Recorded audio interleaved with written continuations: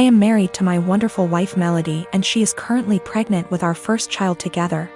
I have a 6-year-old daughter Tina, whose mother I split 50/50 custody with.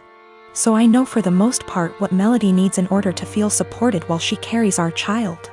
I have been spending lots of time making sure she's comfortable and taking on more of the load at home so she's not doing too much.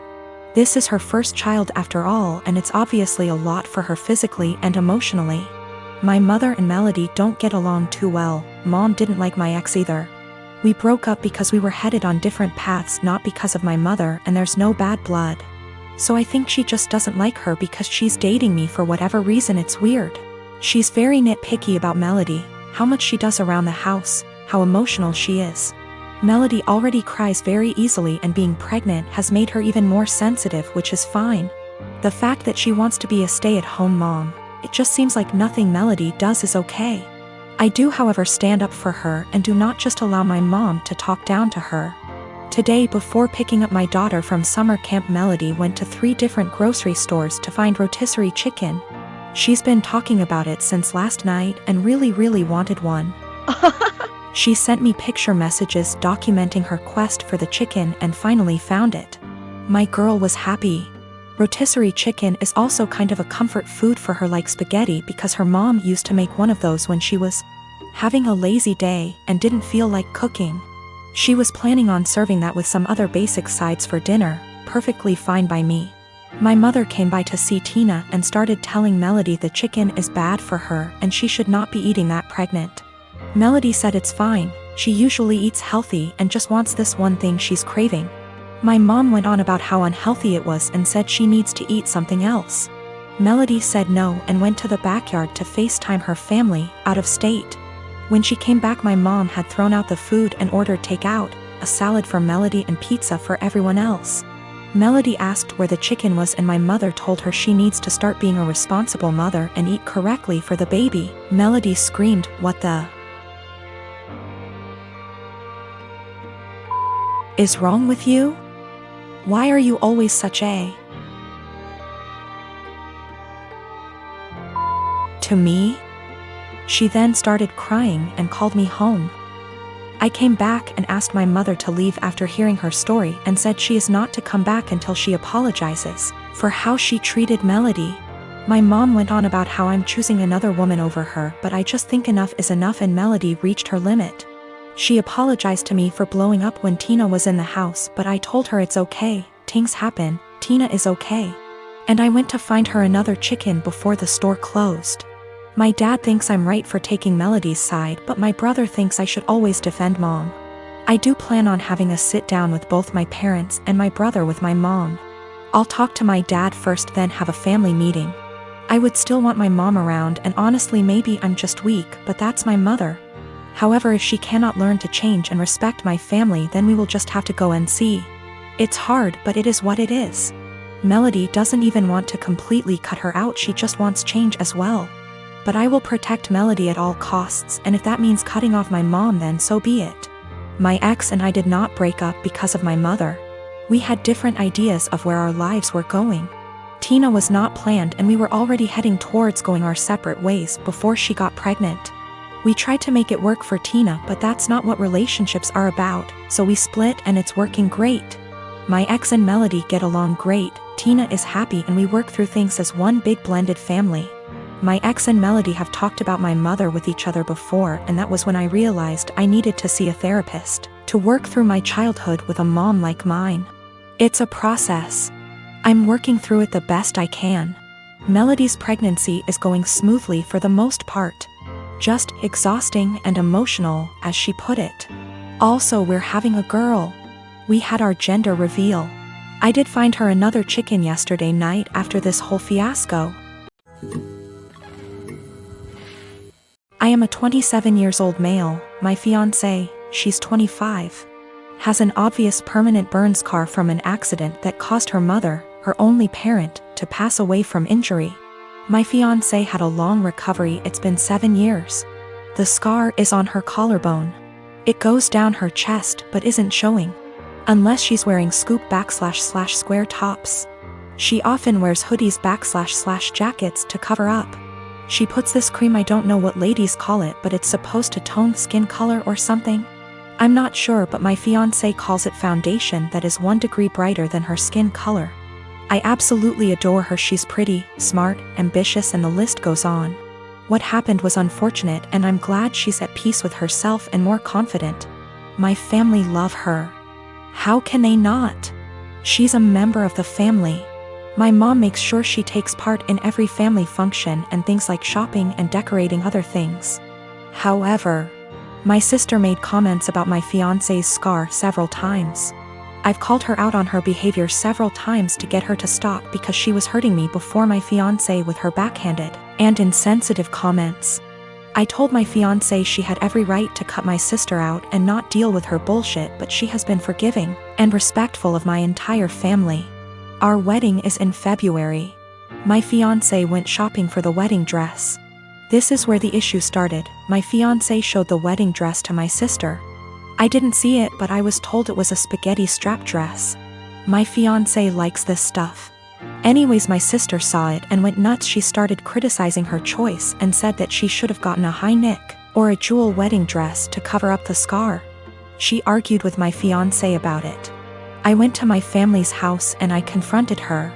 I yelled at her after she told me my fiancé needed to return the dress and get a proper one so that guests won't focus on her burn scar and use it as the topic of conversation and gossip.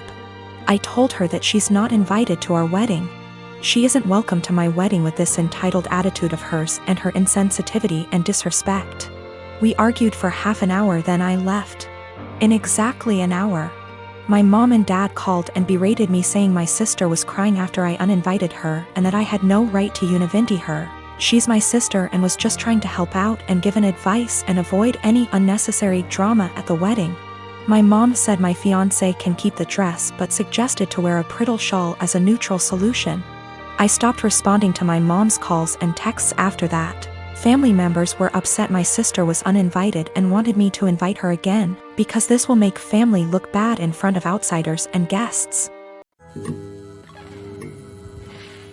I am a 17-year-old female, and I live with my mom, stepdad, and stepsister and stepbrother.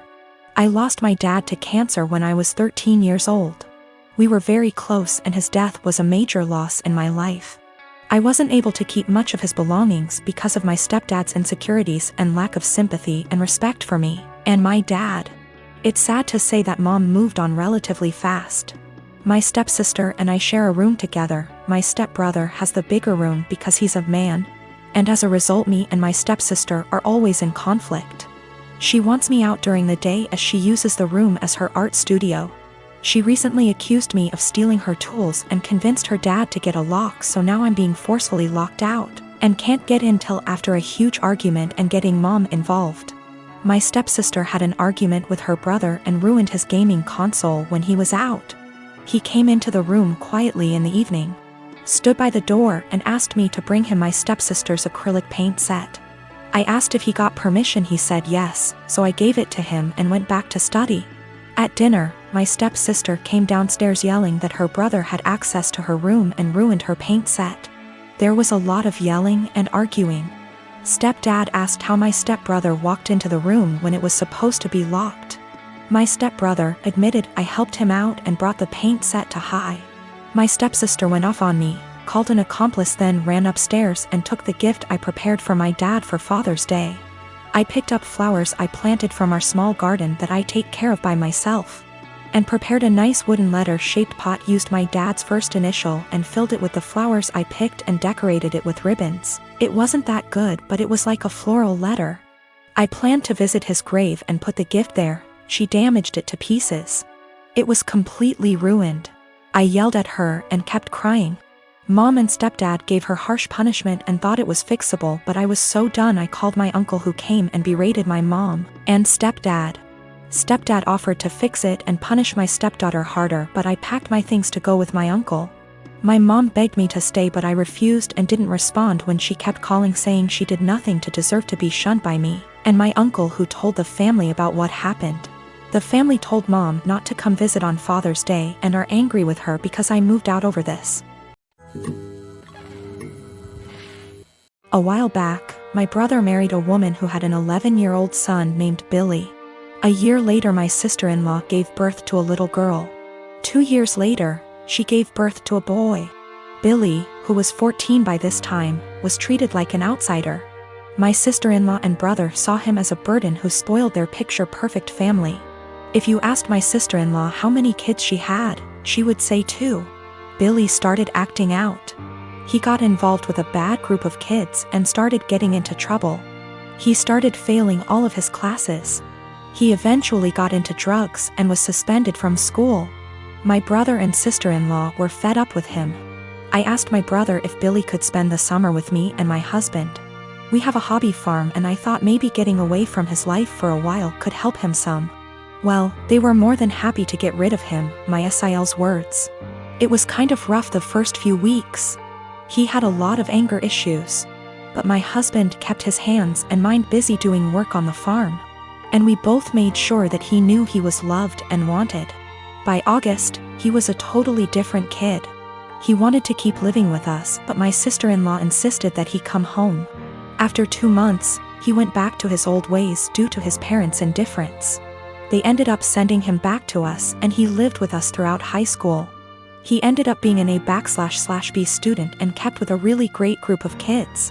He got involved in baseball and got a scholarship to a local university. He's 22 now and is in his last year of school. He's engaged to a really great girl. When he was 16, he started calling me mom and he started calling my husband pops. He never really had much to do with his mom and he had nothing to do with my brother. He saw them on holidays when the whole family came over. His mom has tried to have a relationship with him the past few years, but he has avoided her. On Christmas, sister-in-law was over and for whatever reason, she opened my desk drawer and found a birthday card from Billy where he said, "To the best mom ever. Thanks for loving me and giving me a chance." She was devastated. She ended up texting Billy, confronted him and asked him if she would be presented as mother of the groom at his wedding. He told her that he no longer considered her his mom and wasn't even sure if he wanted her at the wedding at all. My sister-in-law is now insisting that I make it clear to Billy that I am not his mother and that he is not to refer to me as such. My brother is also very upset with me. Even my parents are pressuring me to do what sister-in-law wants for the sake of peace. Honestly, I consider Billy to be my son. I count him in with all of my children. I feel like telling Billy not to present me as mother of the groom could possibly be misinterpreted as me saying that I don't feel like he's my son and I don't even want to take a chance of that happening. If he decides to present his real mom as mother of the groom, I will 110% support him. I have zero desire to tell Billy not to call me mom and I absolutely won't do it because I know it would destroy him, and it would kill me. My sister-in-law insists that by not doing it, I'm making it impossible for her to have a relationship with him and I'm being selfish. I have talked to Billy about it some. He doesn't like to talk about his mom at all. He basically just said that he doesn't see her as a mom and has for sure decided he doesn't want her at the wedding. I understand and respect that.